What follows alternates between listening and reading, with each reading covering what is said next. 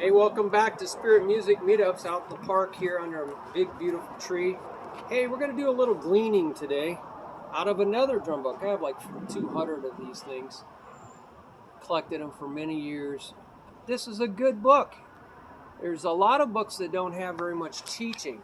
You know what gleaning means? Taking the head of the wheat off the grass, the chaff. You don't really want to eat the chaff. That's called hay, unless you're a cow. But you want to eat the wheat. And so there's some really good stuff in this book that I had underlined. Inspirations of this book. You see that over here on this? Inspirations of this book. No kidding. George Lawrence Stone, Stick Control.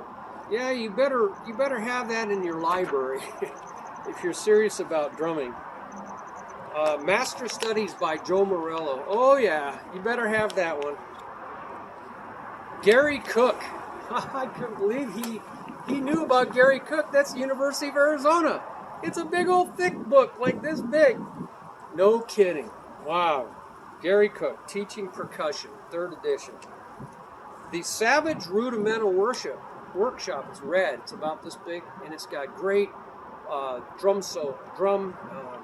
snare drum solos to music. Really cool music. Go check that out. And it's got real chop builders in it.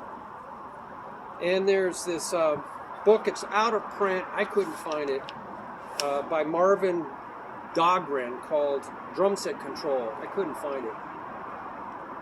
And the New Breed, oh, you've gotta buy the New Breed 1 and follow up New Breed 2 by his student, top student, by Gary Chester. Okay, Gary Chester is a master teacher, and get the one with the CD in it so you can listen to him talk. And there's Gary Chaffee, Berklee College of Music. What a genius. He created linear time playing. That means notes right after each other, bass drums inserting into these patterns, and so the bass drum's not under a note like a chord, but in between the notes, and it just flows, and it's just so beautiful. So I thought, wow, this is right on, and he said this was the inspiration of his book. But there's a couple things he says here that I thought were very good. He talks about this hands separate pattern, okay? A hands separate pattern is separating your hands so you can hear the pattern of a rudiment. Okay, I call it isolation. Isolating the hands so you can hear the pattern of each hand, and you can really look at and critique and perfect the pattern of each hand. Now, you can bring it in note by note. It's very cool. He does this exercise where he brings in and he builds. So some people call these builders. You can build each note. You can build the rudiment one note at a time by bringing in one hand. Okay, I'll show you what I mean. Here's isolation. Paradiddle, pair up diddle, pair up diddle, pair up diddle, pair up diddle, pair up diddle, up diddle. Now, if you just play in the air, but sometimes you don't have the bounce if you play in the air. So I just play on my leg.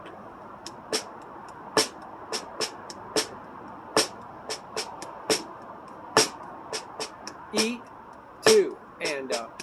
E, 2, and up. Now I'm counting this louder so you can hear it. E, 2, and up. E, 2, and up. 1, E. Hear the pattern? Now stop the right hand.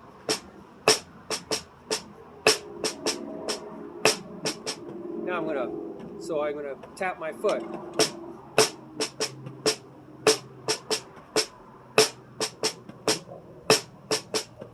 See, right after the 1, E, the E comes up, 2 and up, E, 2 and up, E, 2 and up. Now what about the right hand?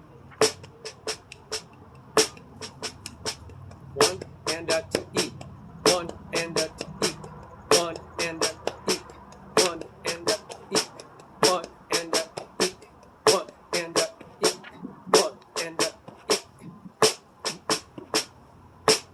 That's isolation in a nutshell. So he does a building of this. So you can bring in one note at a time. So you're going to bring in the left hand into the pattern. 1 E and a.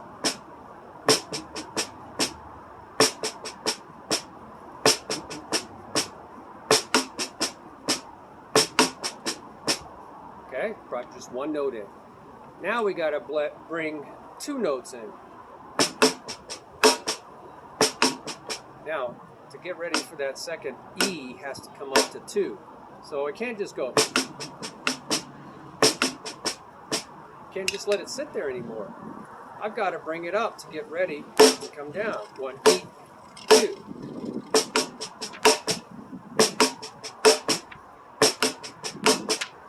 Right? 1 E and a 2 E and a 1 E and a 2 E and a E and a 2 E and a E and a 2 E and a. See, now he's going to bring in the third note.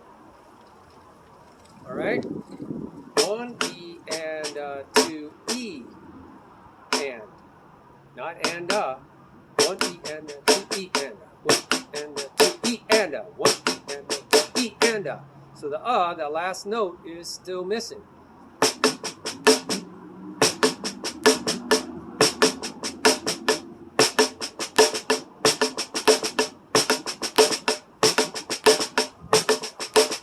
So what the beauty of this is you're actually creating the pattern one note at a time, bringing the fill in, or the other hand in, right? Because it's hands separate, isolated. But you're actually hearing new rhythms and learning things that you can use later on. You're putting it in your sound files.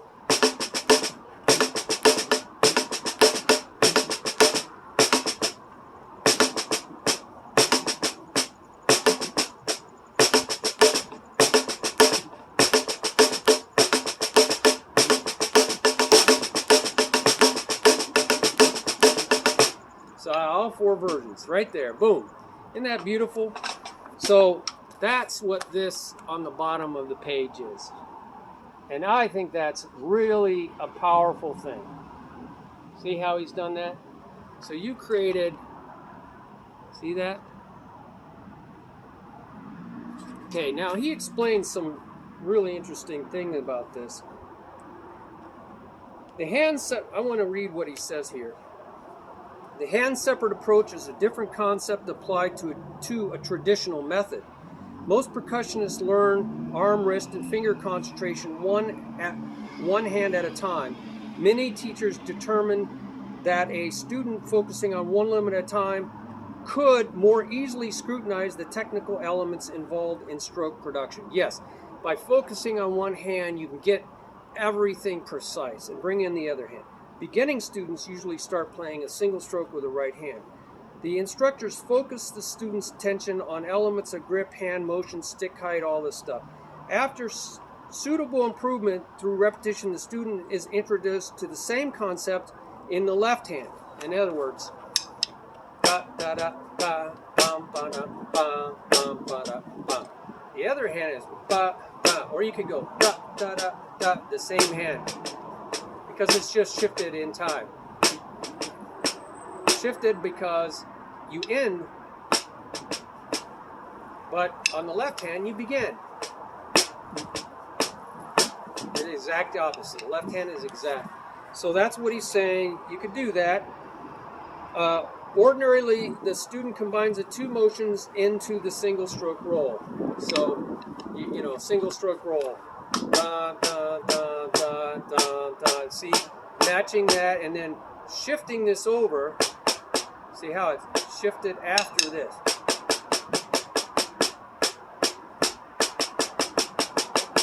So that's this 2-handed approach. Many beginning exercises focus the student's concentration on reading rhythmic partials, okay, parts of the rhythm, the parts of the total rhythm. Holding a consistent tempo and keeping accurate spacing of the rhythms with the pulse. Although all these elements are crucial to early development, a critical element is missed.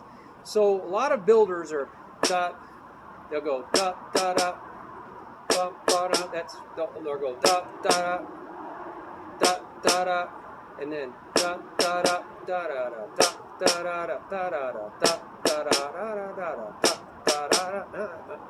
And so they're bringing in one hand, one stroke at a time into, so they're parts of the total rhythm. Total rhythm.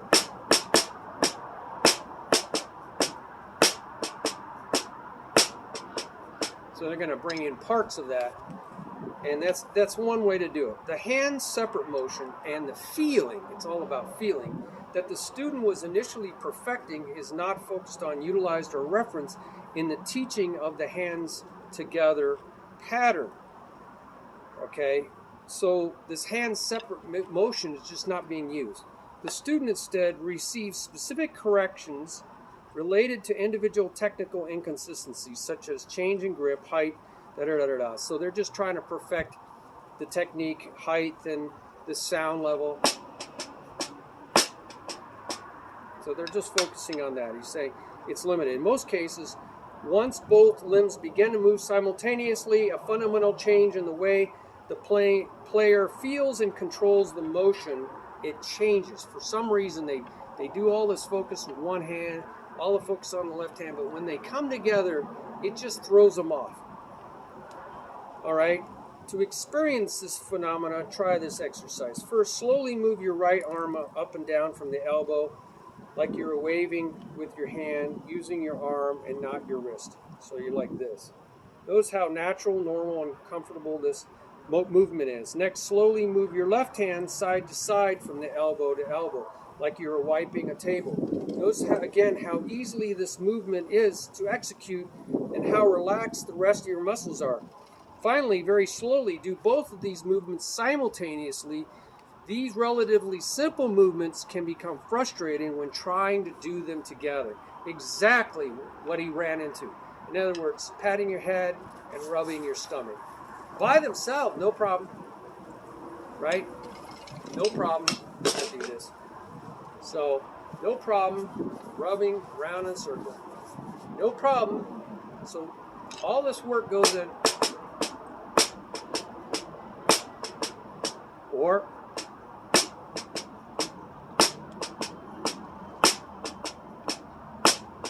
so they get it just right, but then when they put it together, something happens.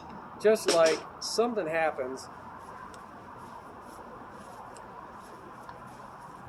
It's like, whoa, that is wacky. So you got this going, and you got this. That's what he was doing. And if they don't move together, like, then it's even screwier. What if I go out here and go down at the same time? Oh, yeah, maybe you can do that. But if you try to just do this in the middle,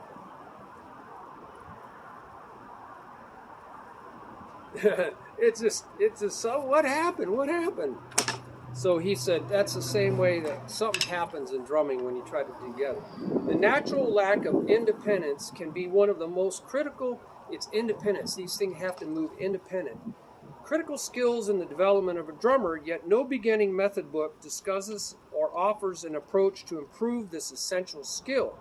In fact, many beginning books contain combination after combination of stickings that can exacerbate the problem by frustrating the student, as each new combination brings the student a feeling of, gosh, I'm starting over. Here we go again, from the beginning.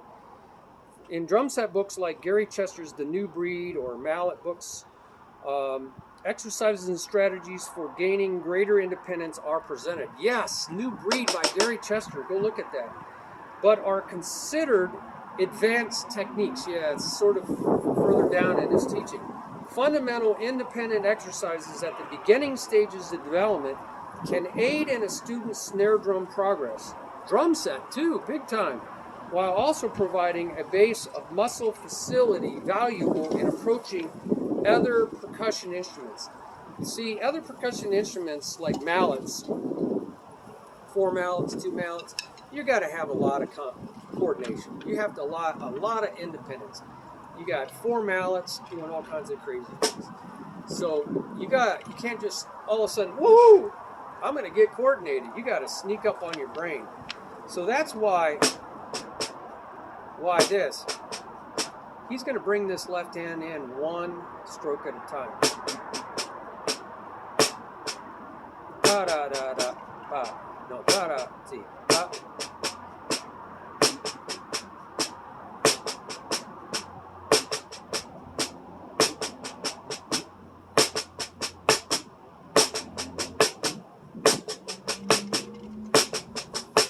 So he's building his coordination one step at a time, bringing the left hand in, and that's creating some independence. And this is a very valuable tool. So, is there anything? Yeah, he talks about the percussion family and how this really helps in drum set, I think, also. And so I think I'm going to do some more gleaning for you in this section. Yeah, he talks about the different muscle groups. You know, I say arms are meant for reaching cymbals, reaching drums, like tom-toms. Don't move your arms unless you have to reach for something. I do have to, see, little elbow to get up to here. But don't use your arms when you're on one sound, or you're just staying on 2 sounds. Okay, now what are wrists used for? Wrists are used for accents, for the louder sounds, and fingers are used for all the fast playing. So I have all kinds of videos on using your fingers. There's Jojo Mayer, Secret Weapons, the Hot Modern Drummer. There's Grayson out on the web, all kinds of things. Tommy Igo. So you got to use your fingers. There's no accents there. Not going to be able to do that with your wrist. You're going to wear out if you can do it. That's all wrist. But you're going to be worn out. Average gig, 4 hours a night, you're going to be dead. You're going to be stiff. You're going to be numb. They're going to have to pack your hands in ice. So you got to learn how to use your wrists for accents. See how I'm twisting? That's getting my accent. My arm is twisting for traditional grip. Your match grip, do the same thing on your right as your left. So there is my accents.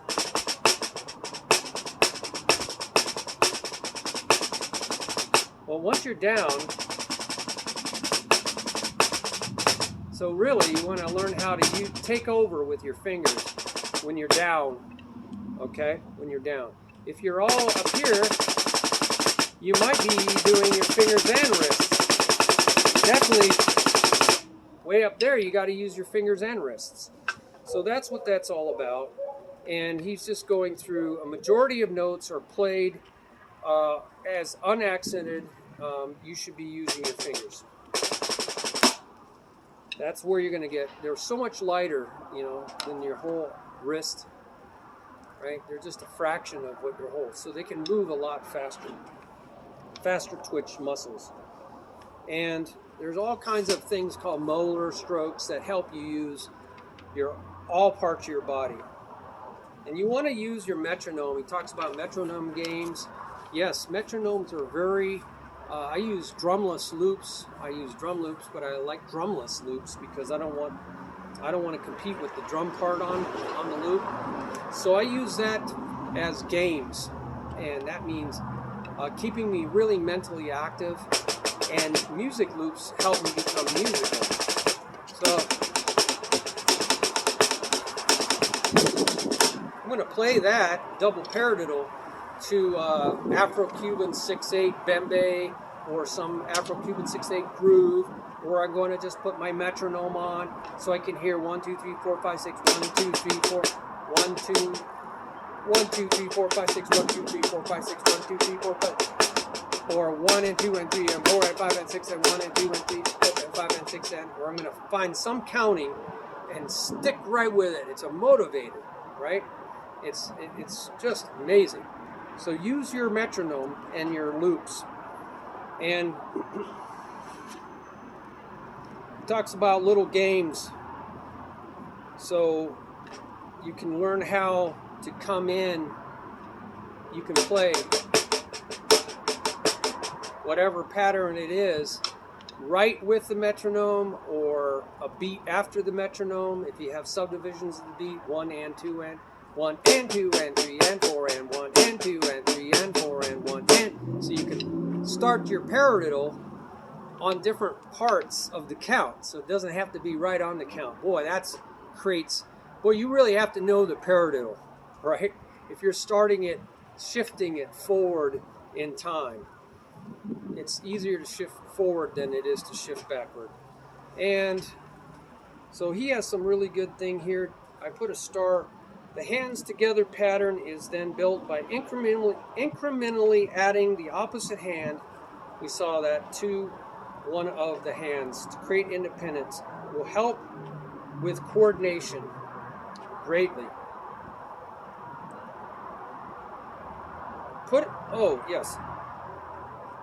Is recommended a student perform the hands together pattern on 2 different sounds so that each pattern can be easily scrutinized. I do that all the time. Again, I can hear paradiddle. Now, after a while, I just hear this.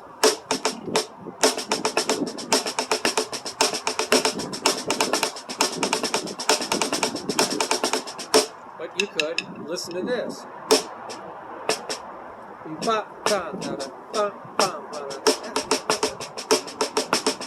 The thing is, this is so much louder than this, I have a hard time following. I think of this as the fill-in. It's filling in around this pattern. I'm going down, down, down, down, down, down, down. See, that's a time. It's called broken time. It's not even time. It's not steady. So I might be down, down, down, down, down, down, down, down, down, down, down, down, down, down, down, down. Notice I didn't even bring the accent up, but I could. Down, down, down, down, down, down, down, down, down, down, down,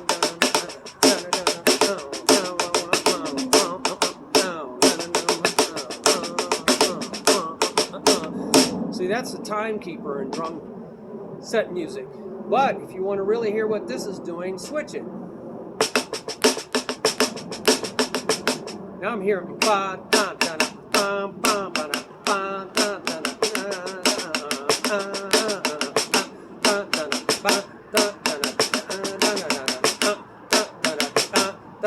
see that first stroke? That's that bringing in 1 stroke at a time.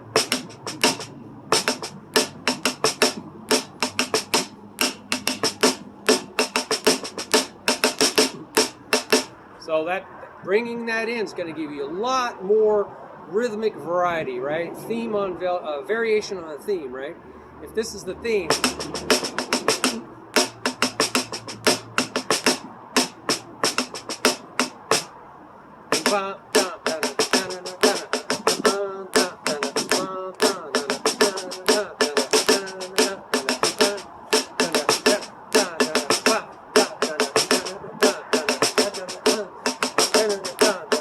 right?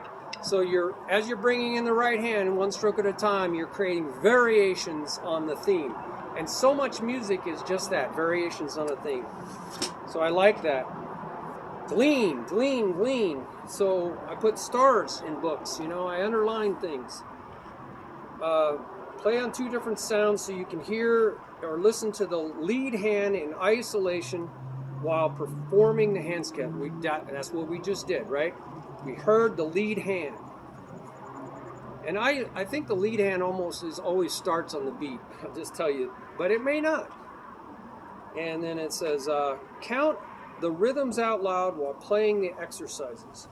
Notice how the rhythms from your voice fit in or line up with your hands. Yes, I have a whole thing called counting and singing on my notation page. It's so important to channel your thoughts with your voice.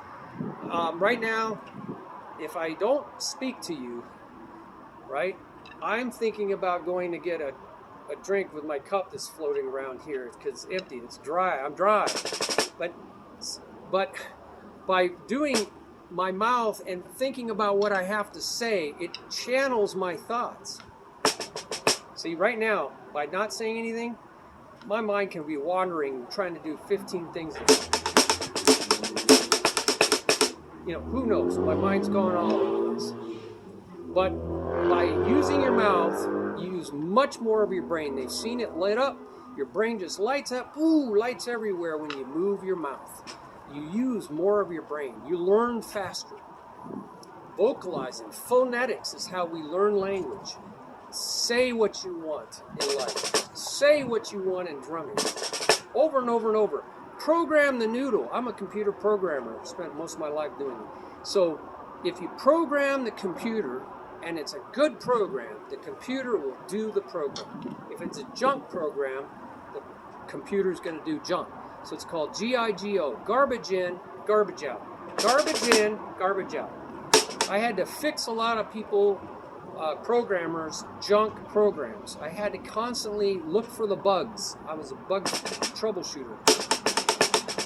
So when you learn something, right, left, right, left, left, right. If you want to say an accent, you say it louder. Right, left, right, left, right, left, right, left, right, left. Or if you're counting, 1 E and 2 E and 1 E and 2 E and 1 E and 2 E and 2 E and I put it on a separate sound.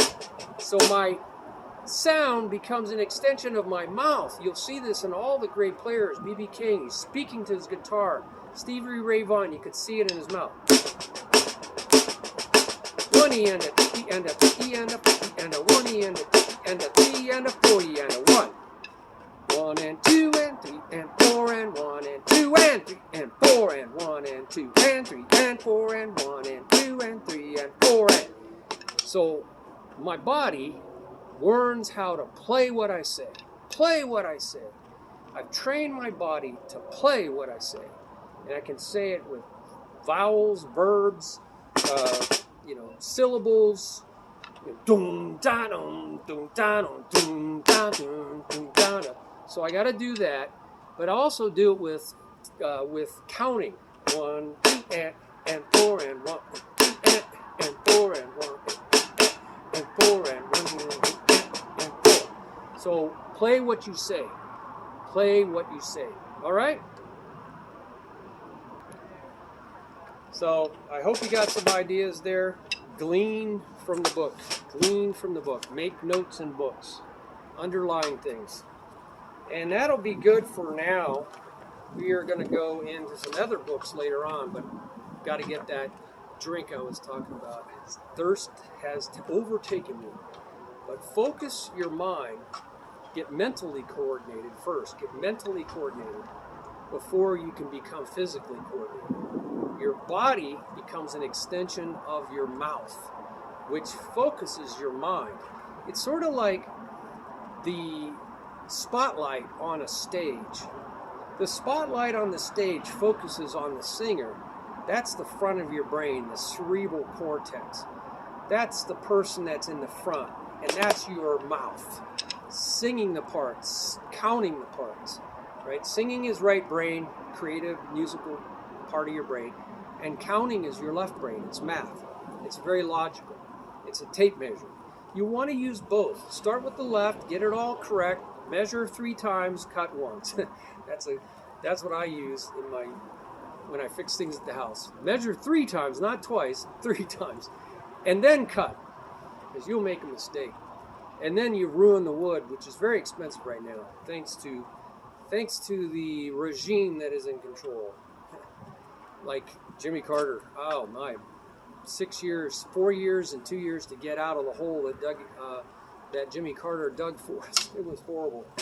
Everybody I knew was out of work. Super high gas prices, 22% inflation. We're on our way. spend and print. Print money to spend money. Print money to spend money.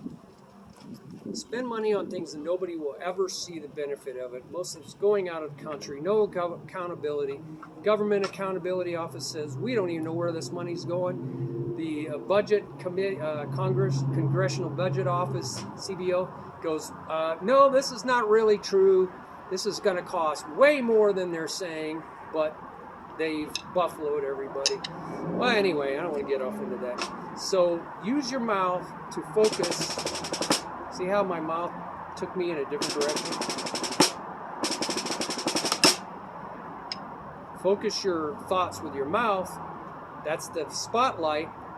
Then it pushes everything to the back of your brain, like the back of the stage becomes dark. You know, it's just operating magically. It's called the back line. It just happens. The rest of the band just happens. It becomes autopilot. And you're focusing on the stuff that you're trying to get done. Right, left, right, right, left, right, left, left. So it programs your brain to become automatic pilot. So you're not thinking about it all the time. After a while, it's just ingrained, right? It's helping you focus. So I hope that helps. Go read my counting and singing section on the notation page. And hey, put your ideas down here underneath, and we can learn from each other that way. But again, we were gleaning from this book. Isn't that cool? Can't wait to do that some more with you. All right? God bless you, and share your ideas with others. That's how we learn from one another. We grow together, right? It's not a one-man show out there. I think a lot of people are just so self-centered. We need to get back to caring for one another. Really do. God bless you.